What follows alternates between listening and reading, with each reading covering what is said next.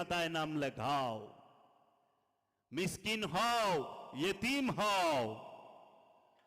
তারপরে দেখবা তখন আল্লামা ইকবাল বলতেছে ইয়ে জিক্রে মিম, এই দেহটাই হচ্ছে মিমের জিকির।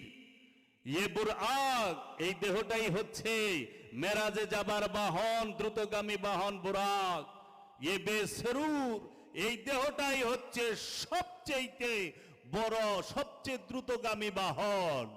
তেরে খুদি কে নিগে বা নেহি তো কুছ ভি নেহি, তুই যদি তোর নিজের দিকে না চাস তুই বাহিরে কিচ্ছু পাবি না, যা পাবি তোর এই দেহ মনের ভিতরেই পাবি।